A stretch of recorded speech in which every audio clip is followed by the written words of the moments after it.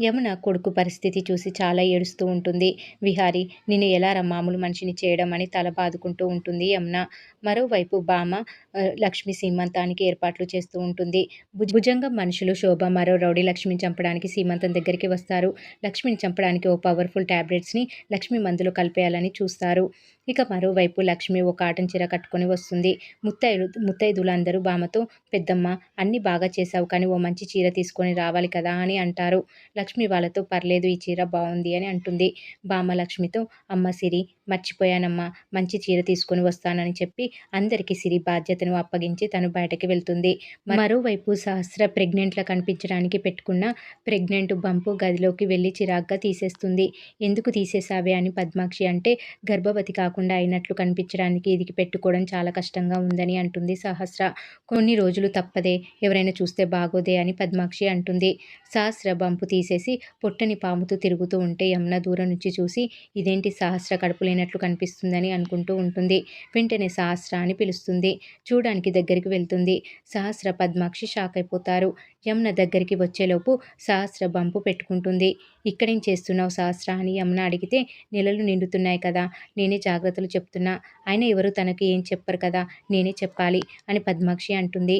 యమున యమున పద్మాక్షితో ఎందుకు చెప్పం వదిన అని సహస్రకు జాగ్రత్తలు చెప్పి వెళ్ళిపోతుంది. పద్మాక్షి కూతురికి ఒక్కటిచ్చి ఇంకెప్పుడు ఇలాంటి పనులు చేయకు అని అంటుంది. ఇక మరోవైపు బామ సిరి కోసం షాపింగ్ చేసి ఇంటికి వెళ్తుంటే లక్ష్మిని కాపాడడానికి గతంలో బామ కొట్టిన ఇద్దరు రౌడీలు బామని ఆపి గొడవ పడుతూ ఉంటారు. మళ్ళీ మీ కాలు చేతులు చితక్కొడతాను అని బామ కర్ర తీస్తుంది. బామ బ్యాగ్ని రౌడీలు తీసుకుంటే బామ చాలా బాధపడుతూ ఉంటుంది. వాళ్ళు బ్యాగు విసిరేస్తారు. నా మన్మరాలి కోసం కొన్న చీర అని అంటుంది బామ. బామ తల మీద రౌడీలు కొట్టే టైంకి విహారీ మందు మత్తులో వచ్చి కారు డోర్తో రౌడీని కొడతాడు.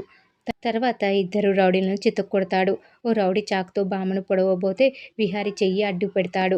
విహారీ మందుతోనే చెయ్యి కడుక్కుంటాడు. నువ్వెవరో కానీ సమయానికి వచ్చి కాపాడావు బాబు అని బామ అంటే నేను డ్రాప్ చేస్తా పద అని విహారీ అంటాడు. వద్దు అని బామ అంటే విహారీ పర్లేదు అని బామని కారెక్కిస్తాడు. ఇక మరోవైపు అంబిక సుభాష్ కోసం ఎదురు చూస్తూ ఉంటుంది. సుభాష్లో ఈ మధ్య మార్పు కనిపిస్తుందని అనుకుంటూ ఉంటుంది.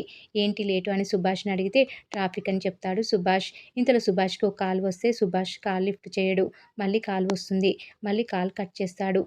ఇక అంబిక సుభాష్తో మనం విహారీ లూప్ హోల్ పట్టుకొని వాడంతట వాడే బిజినెస్ల నుంచి వెళ్ళిపోయేలా చేద్దామని అంటుంది. సుభాష్కి మళ్ళీ మళ్ళీ కాల్ రావడం అంబిక అనుమానపడుతుంది. లక్ష్మి ముత్తైదులతో మాట్లాడుతూ ఉంటుంది. ఇక లక్ష్మి బిజీగా ఉన్నప్పుడు శోభ లక్ష్మిని చంపడానికి తెచ్చిన మందులు తీస్తుంది. లక్ష్మి కడుపులో బిడ్డని తడుముతూ ఈ రోజు నా సీమంతం మొదటి గాజులు మీరే వేయాలి విహారీ గారు కానీ నాకు ఆ అదృష్టం లేదు అని ఏడుస్తూ ఉంటుంది. ఇంతలో విహారీ బామని తీసుకుని ఇంటికి వస్తాడు. బామ లోపలికి వెళ్ళి కారులో బ్యాగు మర్చిపోవడంతో విహారీ చూసి బ్యాగు గాజులు పట్టుకుని లోపలికి వెళ్తాడు. బామకి గాజుల బ్యాగ్ ఇస్తాడు. బామ విహారీతో ఇంతవరకు వచ్చావు లోపలికి రా బాబు నా మన్మరాలికి సీమంతం చేస్తున్నా అని అంటుంది బామ. లేదు అని విహారీ అంటే కనీసం మంచినీరైనా తాగుదురా బాబు అని విహార్ని తీసుకెళ్తుంది బామ. ఇక లక్ష్మి విహార్ని చూసి షాక్ అయిపోతుంది. మరి ఏం జరగబోతుంది అనేది రాబోయే ఎపిసోడ్లో తెలుసుకుందాం.